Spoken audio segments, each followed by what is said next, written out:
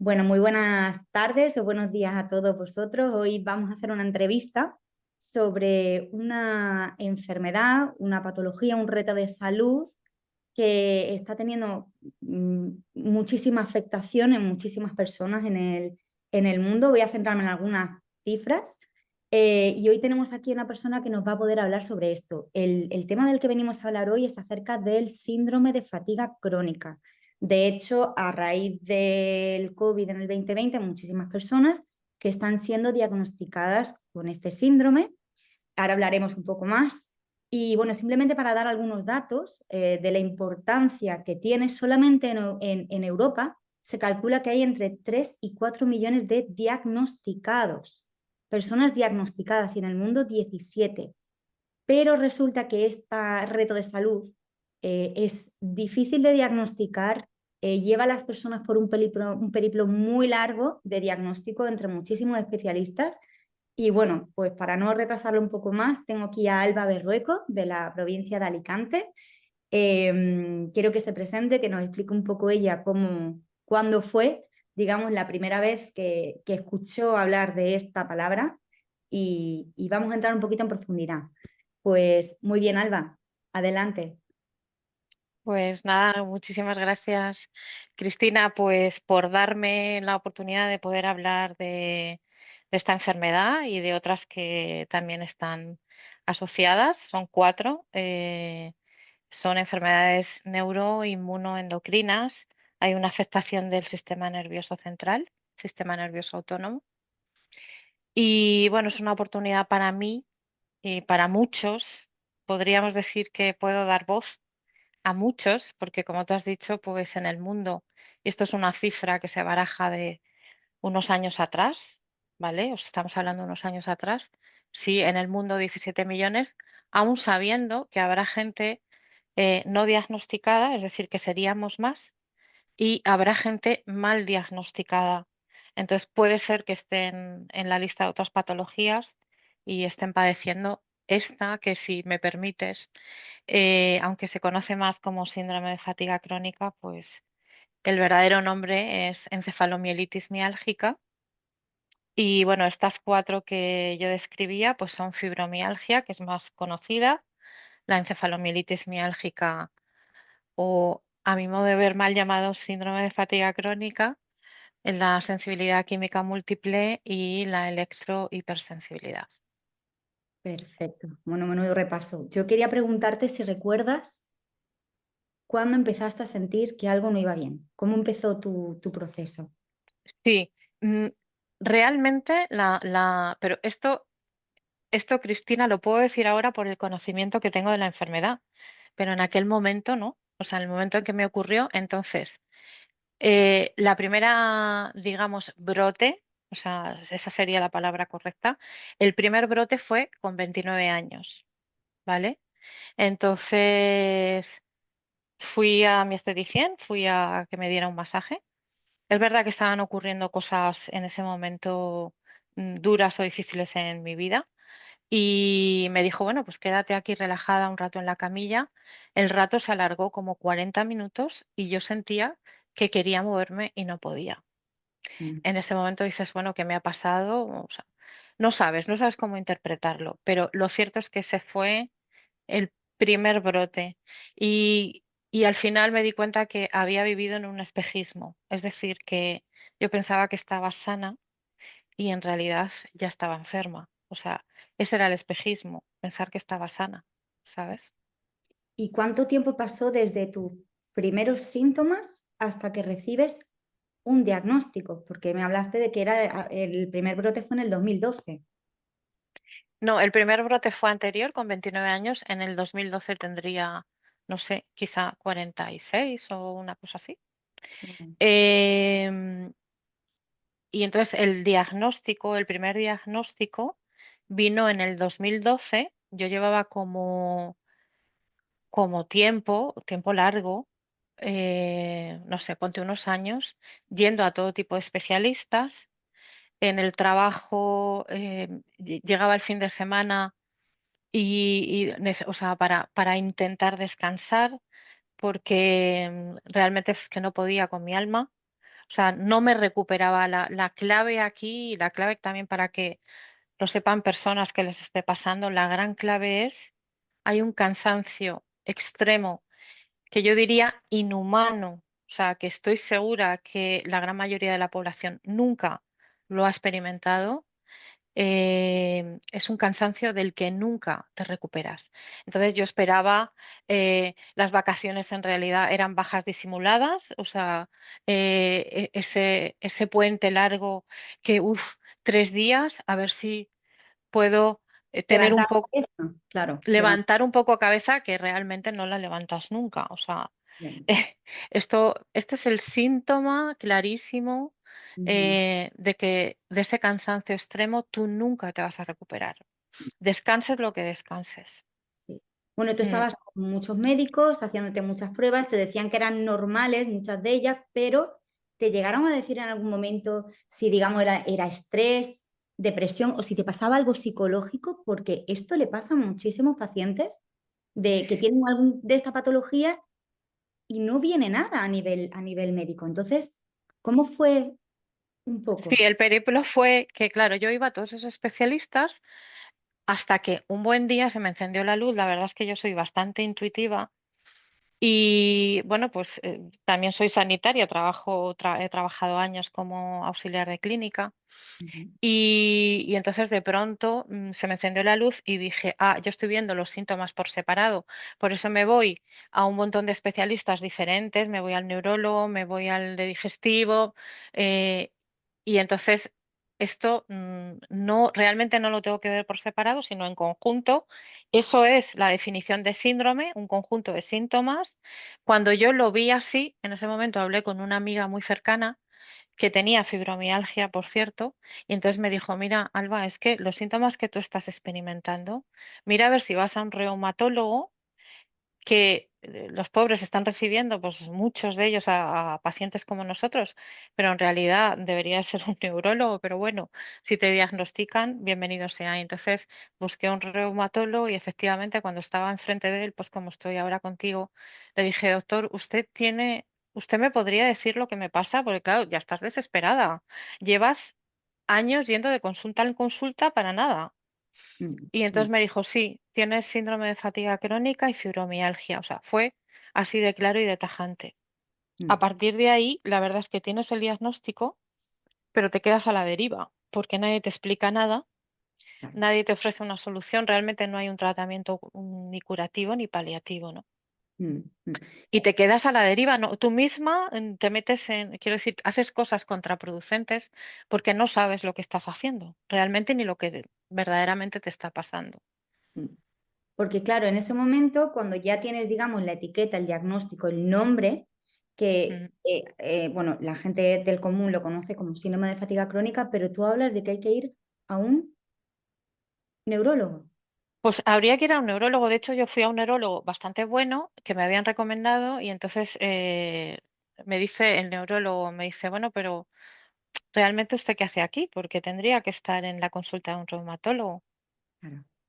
Y le digo yo al neurólogo, digo, bueno, yo estoy aquí porque la encefalomielitis miálgica o síndrome de fatiga crónica es una enfermedad neurológica severa y veo que este médico se empieza a poner rojo porque claro, ni siquiera sabía que era una enfermedad neurológica y que era una afectación del sistema nervioso, entre otros, porque Mm, es multisistémica, son multisistémicas estas enfermedades. Entonces, claro, que seas neurólogo y ni siquiera sepas eso, pues pobrecito, pero eso da la talla, o sea, esto nos está mostrando uno de los graves problemas que es el analfabetismo médico. Si un médico de cabecera supera diagnosticar estas enfermedades, pues los enfermos no estarían de consulta en consulta padeciendo, pensando o que te manden al psiquiatra y sobre todo si eres mujer, porque aquí hay más afectación en las mujeres y ahí hay un sesgo de género, un poco porque caemos en la categoría de histéricas, ¿eh? con el famoso diagnóstico del siglo XIX de histerismo en las Nos recuerda, mujeres.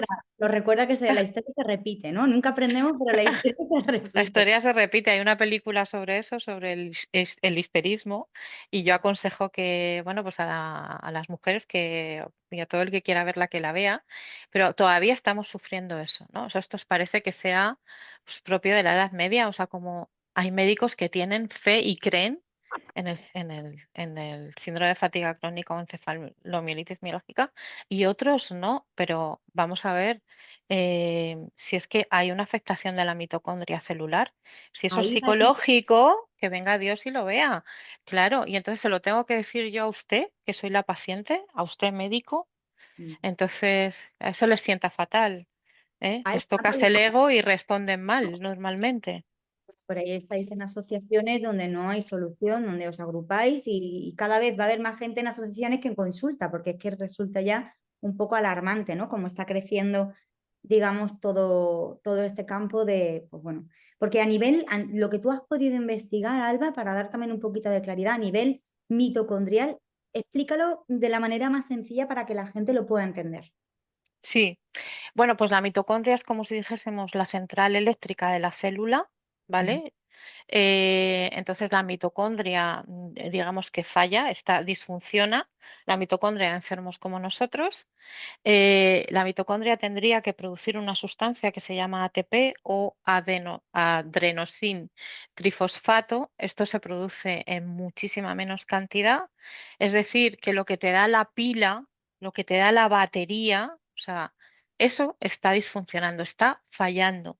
Entonces, por ejemplo, si nosotros fuéramos un móvil, pues ¿qué tendríamos los enfermos de encefalomielitis? Pues tendríamos un móvil a carga 5 que por más que lo pongas en la luz, por más que lo conectes, nunca va a salir de esa carga 5, o sea, vas a estar bajo mínimos. De hecho, hay una prueba que es una prueba de esfuerzo especializada, ¿eh? No es la típica prueba de esfuerzo, es una prueba de esfuerzo especializada.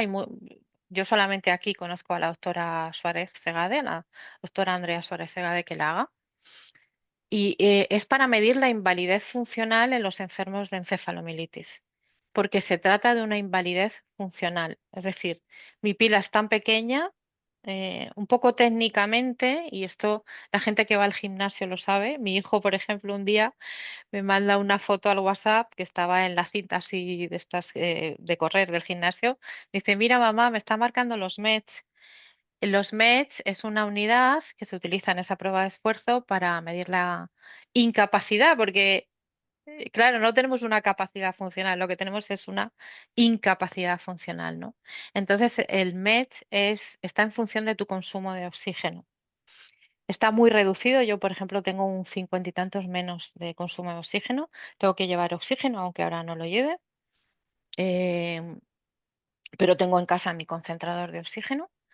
Y entonces, para hacer lo más leve que puede hacer una persona en su día a día es lavarse y vestirse.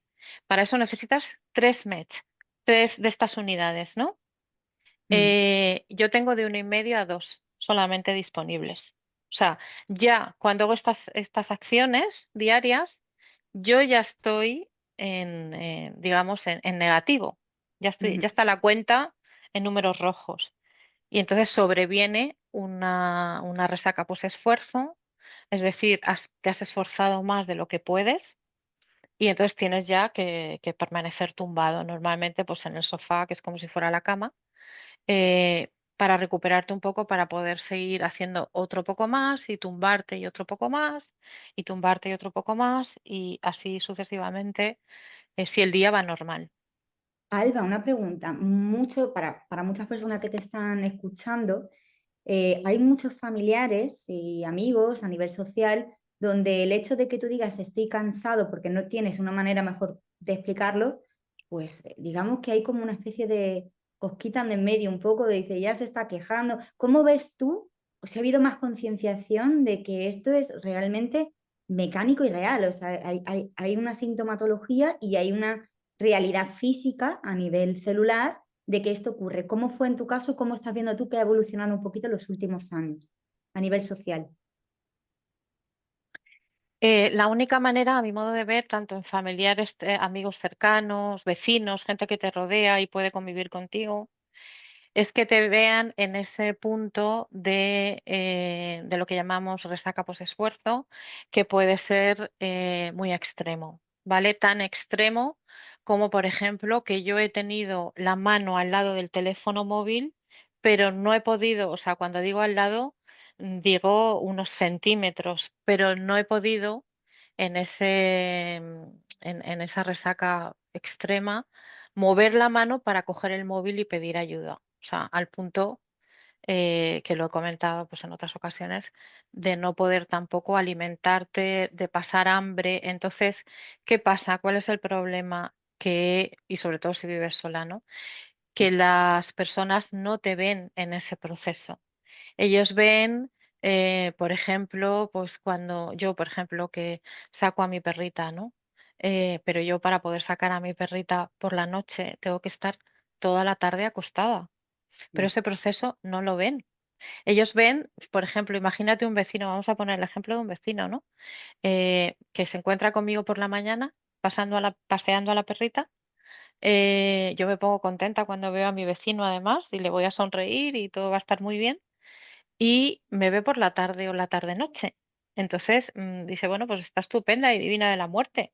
Esta mujer pues es una exagerada o quiere vivir del cuento, pero claro, no ven esos procesos que pueden ser muy dramáticos, o sea, son muy duros de hecho de vivir, que tú no puedas hablar. Por ejemplo, en una época pues que convivía mi hijo conmigo, pues amanecí así. Además, normalmente cuando amaneces recuperas la conciencia, pero el cuerpo no se puede mover. Tiene que pasar un tiempo hasta que el cuerpo puede empezar a moverse. Entonces, yo veía que estaba en una resaca muy fuerte, que me iba a quedar ahí inmóvil durante horas, que mi hijo se marchaba, pero no podía hablar. No le claro. podía Hay decir. diferentes grados, ¿no? Esto quiero que lo expliques también para que la gente lo pueda entender. Digamos que tú estabas en qué grado, hasta qué grados has llegado a He tener. llegado prácticamente hasta el grado 4. No estoy ahora en el grado 4. Pero he llegado prácticamente al grado 4, al temible grado 4, que es el último, donde ya pues, las personas están postradas en cama, muchas veces no pueden hablar, o sea, no pueden comunicarse, dependen totalmente de que alguien les cuide, les pueda cuidar. De hecho, el hijo de un premio Nobel que está investigando a marchas forzadas la encefalomielitis miálgica, eso es premio Nobel el padre y se dedica todos los días, o sea, se dedica a tiempo completo, intensa y todo rápidamente que puede a la investigación, porque el hijo está en un grado 4, o sea, en el grado ya muy severo, está pues encamado desde hace mucho tiempo, le cuida la madre, pero temen que a escasas fuerzas que él pueda tener, pues se pueda suicidar, que es la vía que al final ocurre muchas veces en pacientes como nosotros, el suicidio o la eutanasia. Claro. Tú ahora mismo sigues, creo, en un grado 3 ahora mismo, según Sí, en un grado 3, sí. esta entrevista entiendo que es ya un esfuerzo Es un impresionante. esfuerzo, cualquier esfuerzo lo vas a pagar. Esto se paga un peaje. Ya, Imagínate que vas por una autopista, haces un recorrido X el que sea y llegas al peaje y ahí tienes que pagar, ¿no? Entonces se paga por todo. Y bueno, esto que te decía de mi hijo, le tuve que avisar, hijo, por favor, cuando te vayas, entra a la habitación, mírame, háblame y comprueba si me voy a poder mover o no me voy a poder mover, porque claro, te quedas en una circunstancia, pues imagínate, que no te no puedes ni puedas pedir mover. ayuda, no puedes ni pedir ayuda en esa situación. No puedes, o sea, detener, aunque tengas el móvil al lado, es que te da igual. No puedes hablar, no puedes mover la mano, o sea, no puedes moverte nada, nada. ¿Por qué? Porque la pila está a cero, Claro. a cero. Imagínate tu coche que no tenga batería, pues ya le puedes dar a la llave de arranque. No hay arranque, el arranque no se produce. Sí. Mm. Tú has probado muchas cosas, no vamos a hablar de cosas donde o de ninguna solución ni nada, pero ¿tú crees que si la gente se pone en contacto contigo para hablar, estar en contacto y demás, que puede haber algún tipo de esperanza, de ayuda para todas estas personas, porque son millones. Alba, millones. Sí, sí, sí podría haber de muchos tipos, o sea, porque hay una afectación a todos los niveles. Si haces un esfuerzo emocional, es lo mismo que si hicieras un esfuerzo físico. Si haces un esfuerzo psicológico, es lo mismo que si hicieras un esfuerzo físico. O sea, no solamente es esfuerzo físico. De hecho, yo ya por las tardes normalmente puedo mandar un mensaje, pero no grabo con la voz porque me cuesta ya mucho el hecho de grabar un audio, de hacerlo con la voz. A veces las palabras pues como que se me entrecortan más, o sea, depende de Ujú. las horas, pero yo sí animaría a todo el mundo en un momento determinado Que contacten a con... tener, sí, a contactar y ver pues eso, otras vías que a lo mejor no se han planteado nunca. Claro, porque esas vías que todo el mundo pasa mucho tiempo y confía mucho, digamos, en el médico, ¿no? Como tú has dicho, es que no tienen conocimiento de base. Entonces, están enseñando a diagnosticar ya desde lo que es la medicina general, desde el médico de cabecera, porque es un poco un filtro. Entonces, ¿qué le dirías tú a todos estos médicos que todavía quizá no han abierto ese libro de ciencia eh, para poder ayudaros lo máximo posible? ¿Qué te gustaría que ocurriera en la sanidad pública? ¿Qué te gustaría que ocurriera a nivel médico, por ejemplo, en España, que tú lo conoces bastante bien, para que podáis tener ayuda? Ujú. Bueno, primero de todo, que no tengan prejuicios. Hay muchísima información. Hay muchos, o sea, quiero decir que ellos sí pueden recurrir a información para saber a fondo lo que es. Eh, les diría además mm, o sea, les haría la advertencia de que se cometen muchas negligencias médicas y las consecuencias pueden ser muy graves. Y ya no te digo, en el caso no solamente de médicos, o sea que creo que no lo tienen tan difícil para informarse, para saber lo que es un fallo mitocondrial, eh, para saber lo que, pues que eso es una enfermedad orgánica y no psicológica ni psiquiátrica, para no mandar nunca a un paciente así, sobre todo si le dicen no me recupero del cansancio. Simplemente con esa frase ya pueden empezar a investigar, ¿no? A investigar, a estudiar o sospechar o que nunca te manden al psiquiatra, aunque hay psiquiatras que devuelven al paciente con una nota diciendo su paciente padece un problema orgánico, se lo devuelvo y por favor revise la situación, ¿no? Esto está empezando a pasar, afortunadamente hay pequeños cambios. Y no te digo nada ya a nivel de las incapacidades, a nivel de el INS, esas famosas revisiones del INS, que son auténticas pantomimas. Realmente yo entiendo, pues es un sistema que sabe, yo creo que saben que somos pacientes, que es imposible que podamos trabajar porque no tenemos capacidad funcional. Apenas tienes una fase leve, ya tu capacidad funcional se reduce automáticamente a un 50%. Es decir, que si tienes una jornada laboral de 8 horas, solo podrías hacer 4, sí, con la condición de que terminadas esas 4 horas, te vayas a la cama, que eso yo lo he vivido. Entre esa fase de 29 años al diagnóstico con 40 y tantos, he vivido eso.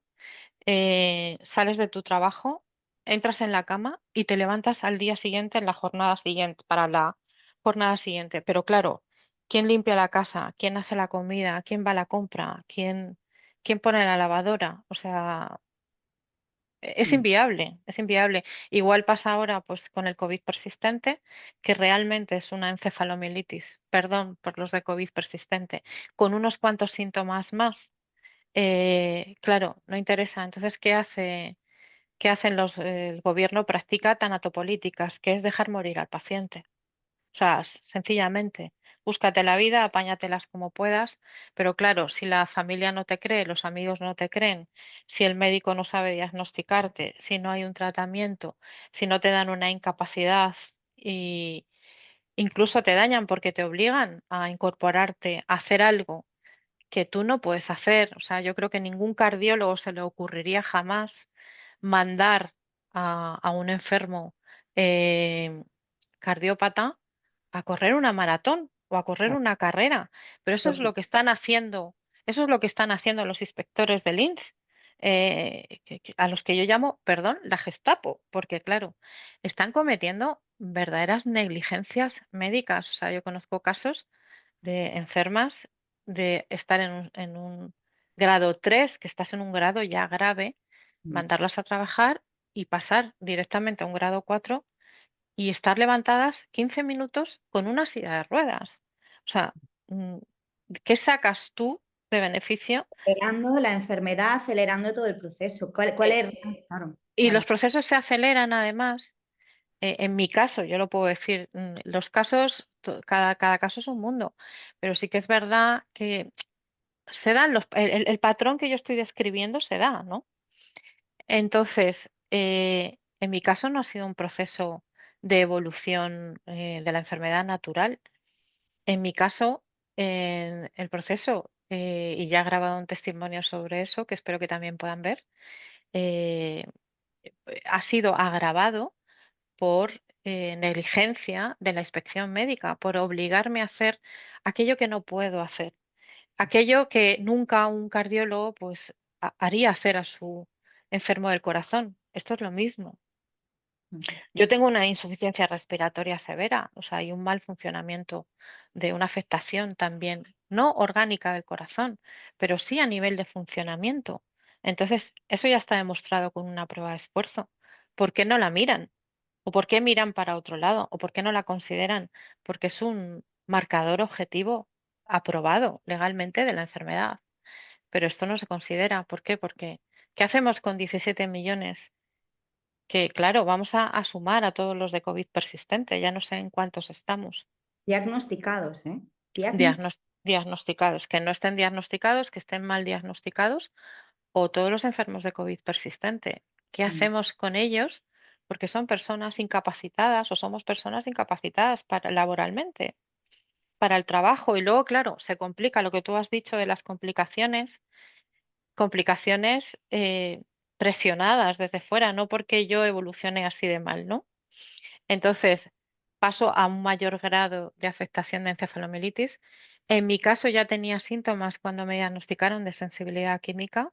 Ahora estoy en una fase severa de sensibilidad química por el shock que se produjo cuando yo ya había ganado con muchísimo esfuerzo y una deuda de 16.000 euros más sus intereses para poder hacer un juicio, para que me reconozca una jueza que no es médico la incapacidad, y cuando la jueza me lo reconoce, el INS reclama y al año el Tribunal Superior de Injusticia me la quita de un día para otro.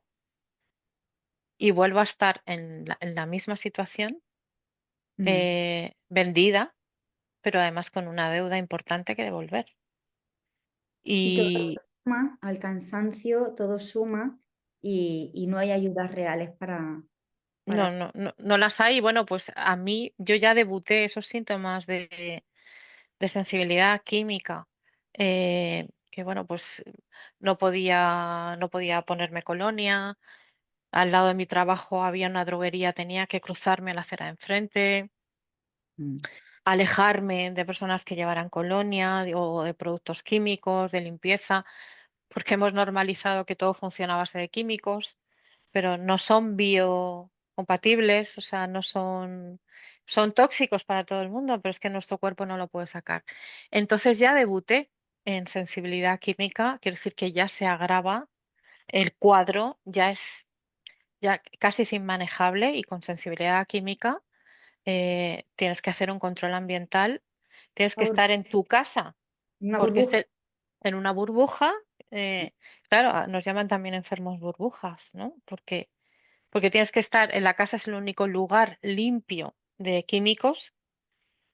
Entre comillas, si algún vecino no te hace entrar, como hace un par de días a mí me hicieron entrar por la ventana lejía y me intoxiqué, claro, pues son unas intoxicaciones agudas, ¿no?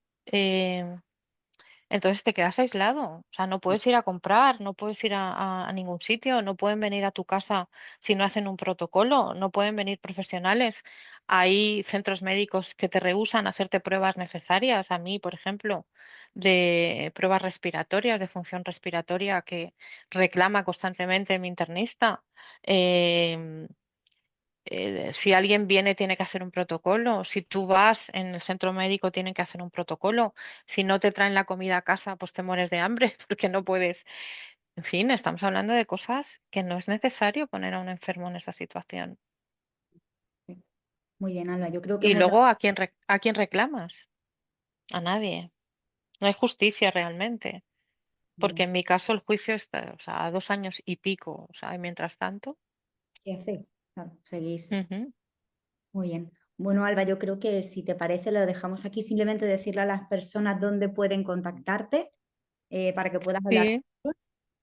Pues sí, me encantaría y me pueden contactar pues a través de mi correo electrónico. Bueno, aquí hay una mosca que quiere salir en la entrevista, quiere ser protagonista o me quiere contactar, no sé.